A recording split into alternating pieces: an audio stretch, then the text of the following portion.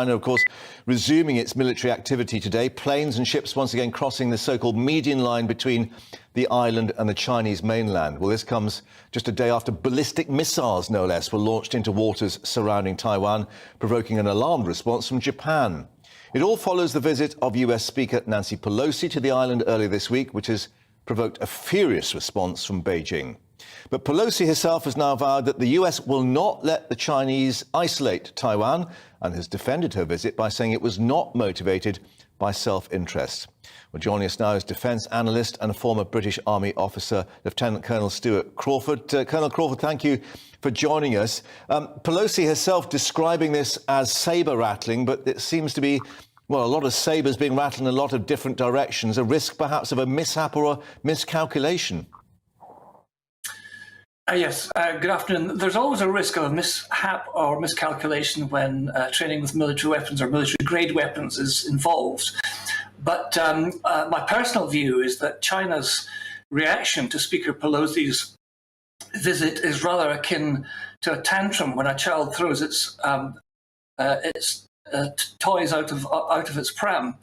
The US attitude towards China and Taiwan is often characterized as being one of strategic ambiguity. I think it's now beginning to verge slightly on strategic confusion. But I don't think at the moment there's any real risk of there being an all-out conflict between China, Taiwan or the USA.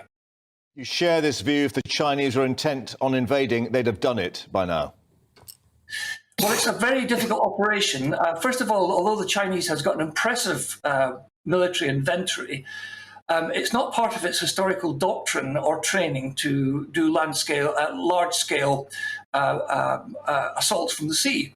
And other people have said that should China want to do this, it would make D-Day look like a paddle along the shoreline. Such are the complexities and difficulties it would face.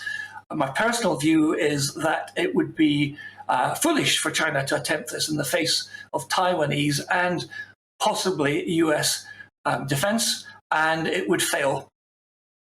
You said possibly. I mean, the White House has kept its counsel, but we assume that behind the scenes there are military plans there for a defence. How capable could the US be of keeping the island safe?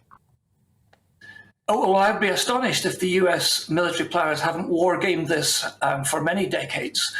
And I think that although China has an impressive military, as I said before, it still isn't up to a strength where it can compete with the US, and not just with the USA, because the US has allies in the region, Japan, South Korea, the Philippines, Vietnam even. So it would be China would be up against a pretty impressive coalition.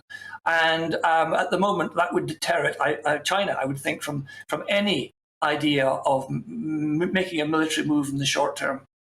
Colonel Crawford, thank you very much indeed for your expert analysis. Thanks for joining us here on GB News.